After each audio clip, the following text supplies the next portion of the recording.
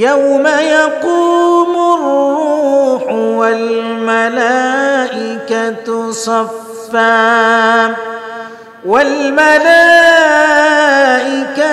সাফফান লা ইয়াতাকাল্লামুন।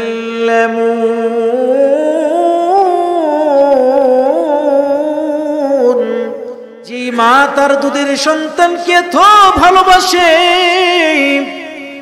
যেই মা তার দুধের সন্তানকে এত মহব্বত করে, সাধারণ সন্তান কান্না করলে মা সহ্য করতে পারে না, কিয়ামতের প্রলয়কর হুঙ্কার যখন শুরু হয়ে যাবে, মা তার দুধের শিশুকে পর্যন্ত ভুলে যাবে। মা তার দুধের শিশুর কথা স্মরণ করবে না, দুধের শিশুর কথা মা ভুলে যাবে।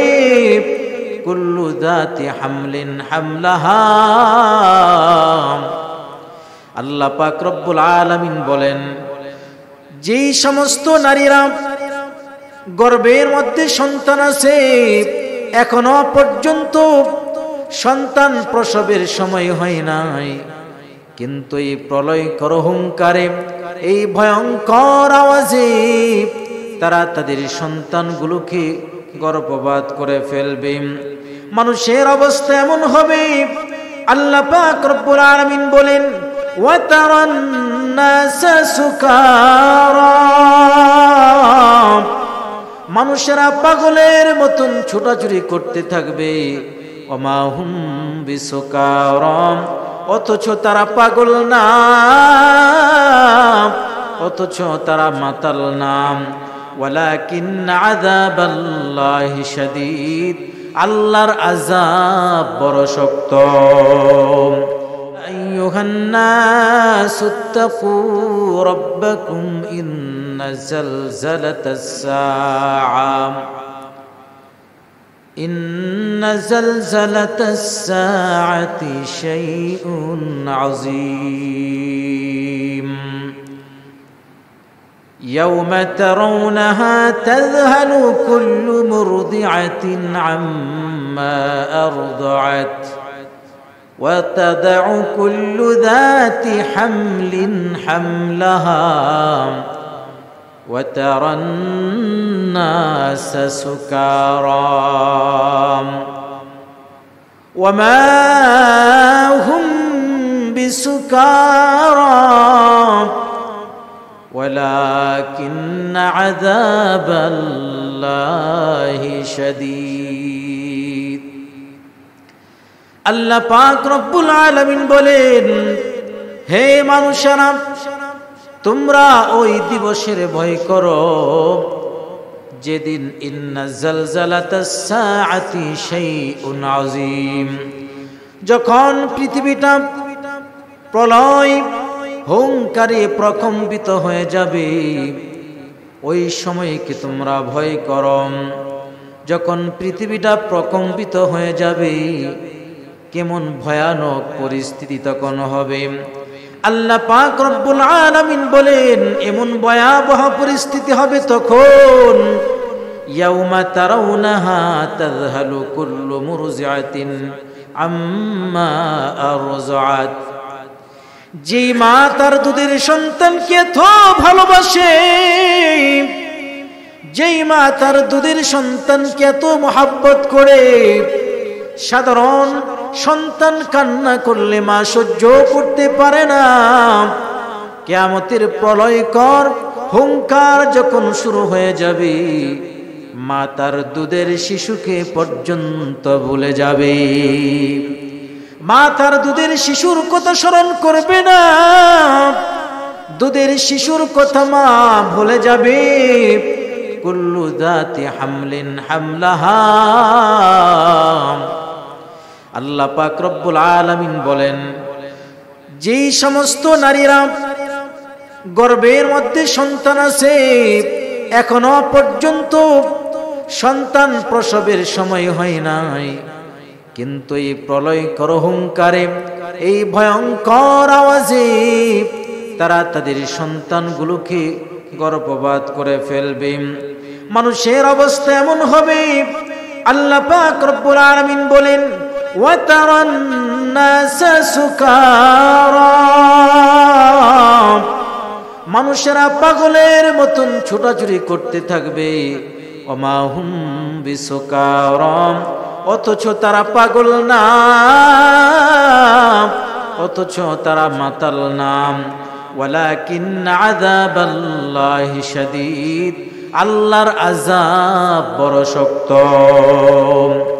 আল্লাহর আযাবে এই কিয়ামত যখন কায়েম হয়ে যাবে মানুষেরা দৌড়াদৌড়ি ছোটাছুটি করতে থাকবে কিয়ামতের জন্য আল্লাহ পাক রব্বুল আলামিনের ফেরেশতা হযরত ইসরাফিল আলাইহিস সালাম তিনটা সিংহায় ফু দিবেন এই ফুৎকার দেওয়ার মাধ্যমে আল্লাহ পাক রব্বুল আলামিন পরকাল কায়েম করবেন সূরা নামলের 87 নম্বর আয়াত আল্লাহ পাক রব্বুল আলামিন বলেন ইয়াউমা ইউনফাকু ফিস সূরি ফাফাজিআ মান ফিস সামাওয়াতি ওয়াল আরদ ইল্লা মান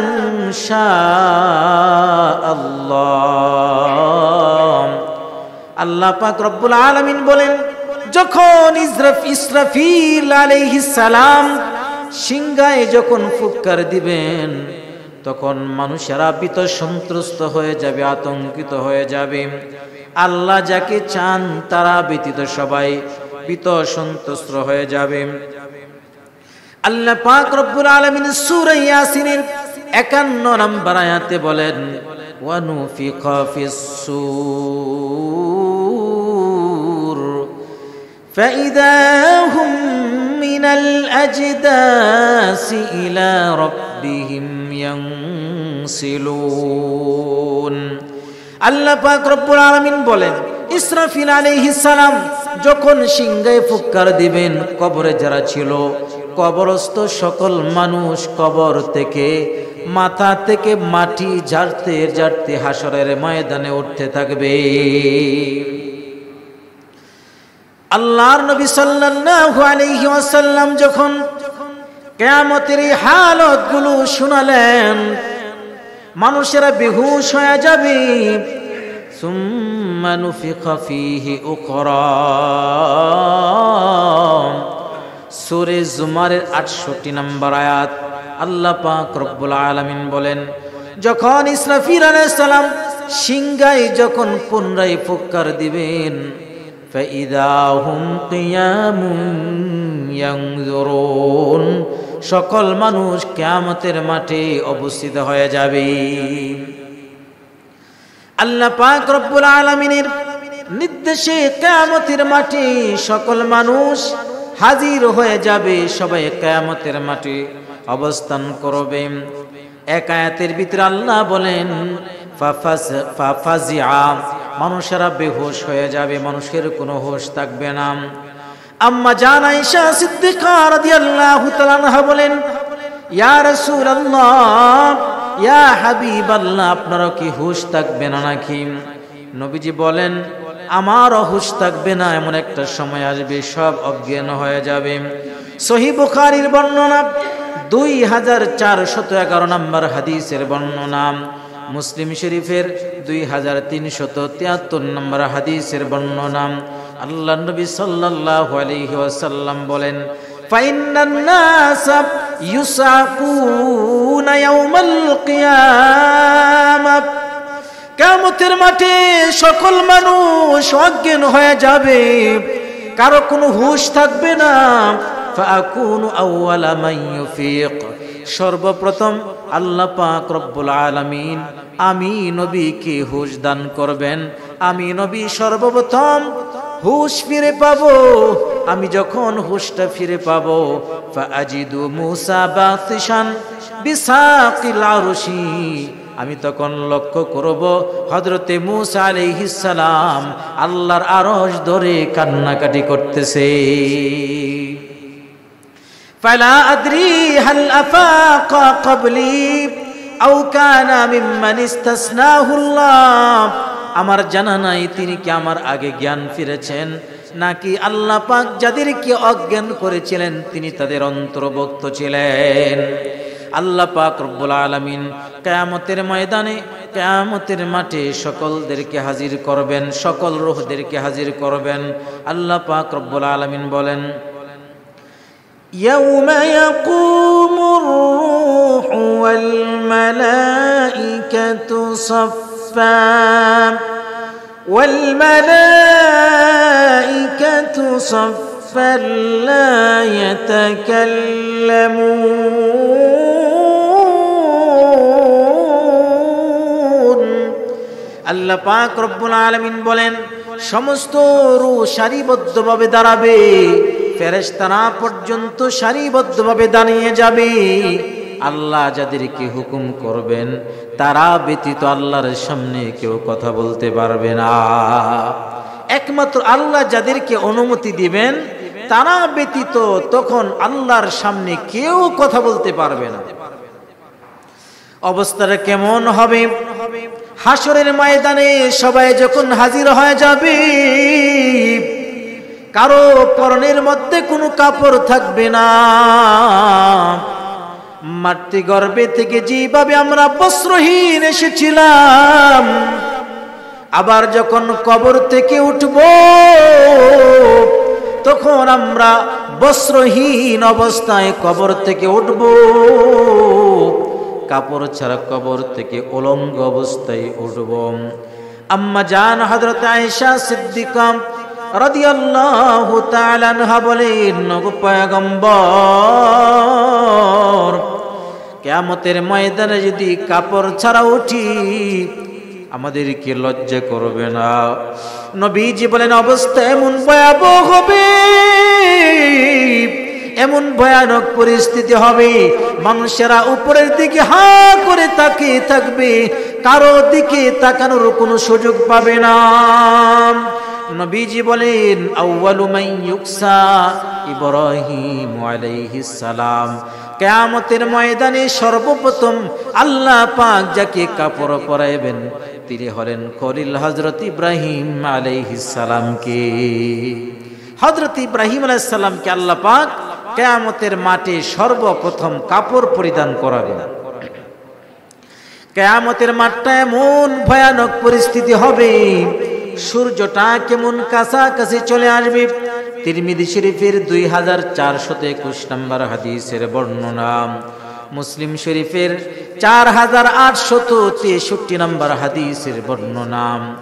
আল্লাহর নবী সাহাবী হযরত মিকদাদ রাদিয়াল্লাহু তাআলা আনহু থেকে বর্ণিত, তিনি বলেন, সামি'তু রাসূলুল্লাহি সাল্লাল্লাহু আলাইহি ওয়াসাল্লাম ইয়াকুল, আমি নবীকে বলতে শুনেছি, ইদা কানা ইয়াউমুল কিয়ামা, যখন কিয়ামতের মাঠ কায়েম হয়ে যাবে, আশ-শামসু মিনাল ইবাদ হাত্তা তাকুনা কিদা মিলিন আও ইথনাইনি, সূর্যটা মানুষের 2 কিলোমিটার কিংবা 1 কিলোমিটার কাছাকাছি চলে আসবে। ফায়াকুনুনা ফিল আরাকি বিকদরি আমালিহিম, ওই সূর্যের উত্তাপের কারণে মানুষের শরীর থেকে ঘাম ঝরতে থাকবে। এই ঘাম ঝরতে ঝরতে ঝরতে ঝরতে আমল অনুযায়ী তাদের অবস্থাটা কেমন হবে দেখেন। আমল অনুযায়ী ঘাম ঝরতে থাকবে। ফামিনহুম মাইয়াকুদুহু ইলা কিবাই, নবীজি বলেন শরীর থেকে ঘাম ঝরতে ঝরতে কারো পায়ের গোড়ালি পর্যন্ত পড়ে যাবে।